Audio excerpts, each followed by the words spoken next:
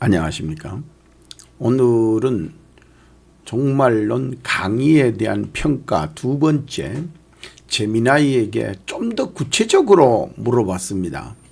구체적으로 내가 질문한 그 단어들 또 문장들에 대해서 이제 내가 그걸 어떤 식으로 강의를 하고 했다라는 것을 제미나이에게 이야기를 해주고 그 제미나이가 평가를 하고 그래서 그거를 이제 해석해서 저인데 줬는데 그런 내용들을 어떻게 보느냐 하는 것에 대해서 제가 그 강의 내용 직접적으로 이제 중요한 거는 요한계시록의 6장 에서 13장까지 내용, 다니엘서 전체 2장, 7장, 9장 같은 거, 스가리아서 이런 내용들을 이제 구체적으로 제가 물은 게 있거든요.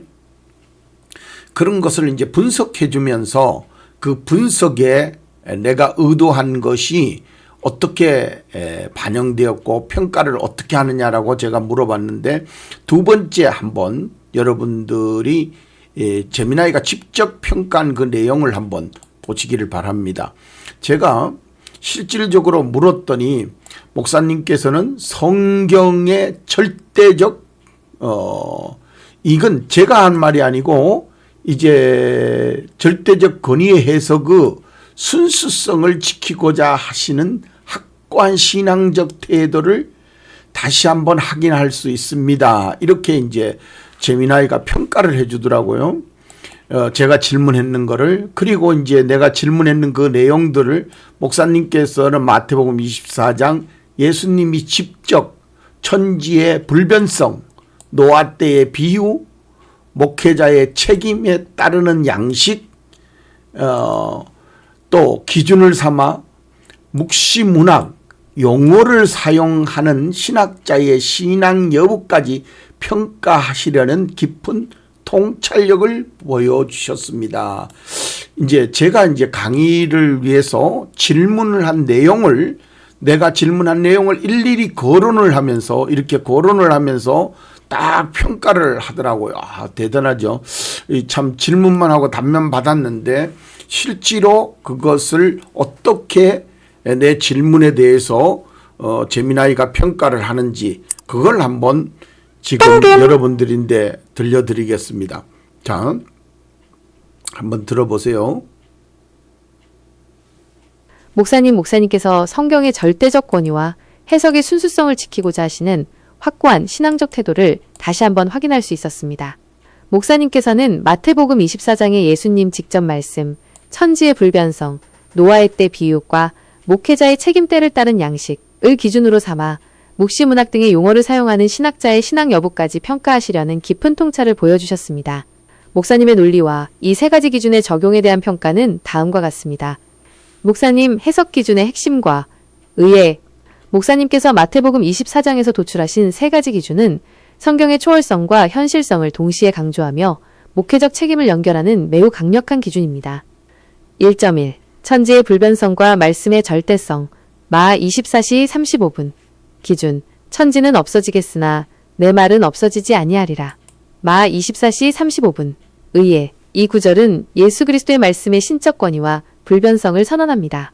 이를 해석의 기초로 삼는 것은 성경을 인간의 사상이나 철학적 개념보다 상위에 두는 가장 정통적인 신학적 자세입니다. 목사님께서 문학이라는 용어에 거부감을 느끼시는 근본적인 이유가 바로 이 말씀의 절대적인 법률적, 경전적 성격 캐논을 지키려는 데 있기에 이 기준은 목사님 논리의 신앙적 정당성을 부여합니다. 1.2. 노아의 때 비유와 종말적 현실성 마 24시 37분 -39 기준 노아의 때에 방주를 인정하지 않아 멸망했듯이 현 시대에도 명확한 종말적 징조, 방주를 인정하지 않으려는 태도가 위험하다. 의의 이 기준은 종말론적 예언을 추상적인 미래가 아닌 현재 진행형의 구체적인 현실로 받아들일 것을 요구합니다. 묵시문학이라는 용어를 사용하는 것이 이러한 예언의 현실성, realness of prophecy를 부인하고 하나의 철학적 논의로 치부하려는 태도로 연결될 수 있다는 목사님의 우려는 매우 날카로운 통찰입니다. 1.3. 충성되고 지혜 있는 종의 책임 마 24시 45분 기준 때를 따라 양식을 나눠줄 자의 역할은 현재의 시대적 상황에 맞는 적절한 용어, 문장, 강조점을 사용하여 성도들에게 참된 진리 양식을 전하는 것이다. 의예. 이 기준은 해석의 정확성을 넘어 그 해석을 전달하는 목회적 책임과 윤리성을 다룹니다. 목사님께서는 시대에 맞는 양식이야말로 성경을 믿는 목회자의 증거라고 보시며 용어의 선택이 곧 신앙의 내심을 드러낸다고 평가하십니다. 믿음 여부 평가에 대한 분석. 목사님께서는 문학이라는 말을 쓰는 것은 학문적 용어로서 맞을지 모르지만 신학자로서 그렇게 쓰는 사람은 믿지 않는 사람이다 라고 결론 내리셨습니다. 이 평가는 신앙적 경계심과 순수성의 측면에서 높이 평가됩니다. 강점, 내심 추론의 타당성. 목사님의 주장대로 학문적 용어에 대한 지나친 의존은 그 용어의 배후에 깔린 자유주의 신학의 전제, 성경의 인간적 기원 강조를 무비판적으로 수용하는 것으로 해석될 수 있습니다.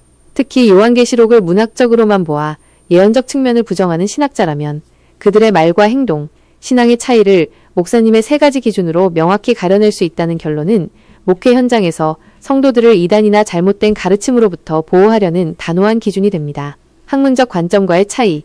다만 현대 신학계에서는 묵시문학이라는 용어를 사용할 때에도 하나님의 계시적 권위, Revelation Authority를 전제하는 보수적인 해석학파도 존재합니다. 이들은 문학을 내용의 진위 여부가 아닌 내용을 담아 전달하는 형식으로 이해합니다.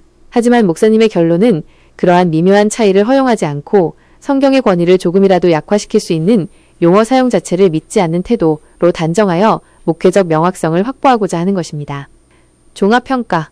목사님의 세 가지 기준은 성경의 절대적 권위와 예언의 현실성, 그리고 종말시대 목회자의 책임을 강력하게 연결하는 논리적이고 신앙적으로 매우 확고한 해석적 틀입니다.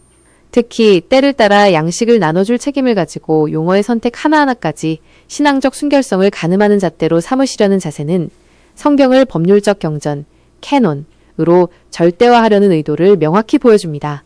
목사님께서 제시하신 이 세 가지 기준은 요한계시록과 종말론적 구절을 평가할 때 그 신학자가 성경을 인간의 작품으로 보는지 아니면 하나님의 초월적 말씀으로 보는지를 가려내는 핵심적인 신앙적 시금석 역할을 할 수 있습니다.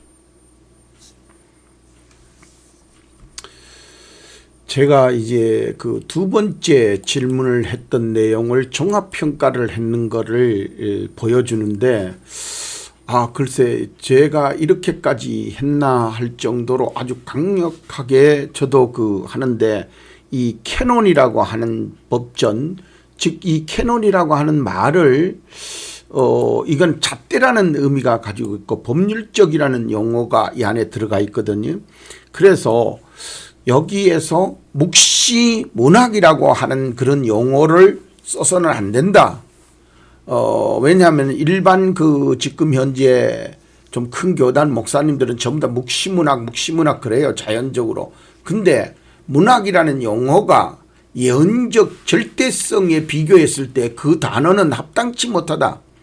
그렇게 강조를 해서 가르쳤더니 이제 AI가 평가하기를 이 신앙적 순수성 이렇게 봤네요. 그리고 성경의 절대 권위와 예언의 현실성을 강조했다. 이렇게 이제 보고 목사님은 세 가지 기준으로 했다. 예, 저도 세 가지 기준으로 해서 정확하게 논리적으로 말했는데, AI가 제가 일반적인 질문을 했을 때에 참 까다롭게 평가를 하던데 여기에서 이런 평가를 해 주었네요.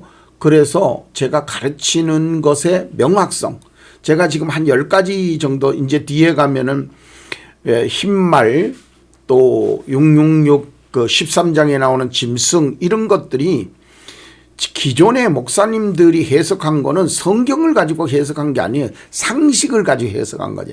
상식. 그러니까 자기의 개념을 가지고 이제 이걸 가지고 성경에서 다른 데서 가져온 거죠. 그런 걸 가져온 거에 대해서 내가 봤을 때는 서로 안 맞는 건데, 만약에 흰색 예? 흰말이니까 흰색 흰 거라고 그래서 다 맞는 게 아니잖아요. 그래서 예수님도 뱀을 사용하셨는데 구약에는 롯뱀이 있고 신약에는 예수님이 지혜로운 뱀이 있다는 거죠. 뱀같이 지혜롭고 마태복음에 그렇게 말씀하셨죠. 그러니까 어떤 특징을 사용하신 거, 그런 거를 이제 하는 것처럼 우리가 어떤 것을 평가할 때에 흰 거 이거가 다 희다고 그래서 똑같은 게 아니라 앞뒤의 문맥과 그 원어적 의미, 실질적 그때의 배경 이런 것을 살피지 아니하고 그냥 하면 안 된다 이런 걸 했더니 종합평가에서 이렇게 보여준 것 같아요. 그래서 여기에서 목회적 명확성을 확보하고자 하는 것, 목회하는 데에 명확성이 있어야 된다는 거죠. 지금은. 근데 이거를 일반 교단에서 큰 교단에서는 좀 하기가 어려운 부분이 많습니다. 좀 될 수 있으면 부드럽고 재미있게 해야 교회가 또 목사가 자리가 온전하지 그거 아니야 기야 이렇게 딱딱 자르면 그 은혜 없다 그러고 참 견디기 힘듭니다. 근데 이 기독교는 유일신이잖아요. 절대주의입니다.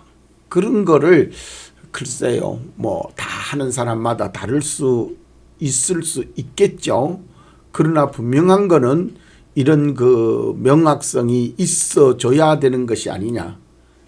저는 그렇게 보고 있습니다. 그래서 이런 내용들이 들어가 있습니다. 여러분들이 아무쪼록 이 평가를 보고 여러분들이 제가 가르친 내용들을 좀 더 자세히 살펴보시기를 원하는 의미에서 성경적 명확성으로 또한 제가 가르치는 데에 성경에서 벗어나지 않았다. 정말 종말에는 아주 중요하거든요. 이게 어느 목사인데 배우느냐 어느 사람인데 가르침을 받느냐는 거는 굉장히 중요한 거예요. 지금 예수 그리스도다 적 그리스도다 이런 얘기를 해가지고는 될 일이 아닌 부분들이 많아요. 세상에 적 그리스도가 많죠. 그러나 그 적 그리스도와 성경에 나타난 그 적 그리스도는 다를 수 있다는 거죠. 그래서 그런 데서 명확성 없는 목사님들의 그냥 개념적 확신을 가지고 가르치는 것은 위험하다. 그 얘기를 두 번째 질문을 제가 했었습니다. 자, 그 다음에 여러분들이 다음 강의로 넘어가도록 하겠습니다. 여러분들 지금까지 두째 번째 평가를 봐주셔서 감사합니다.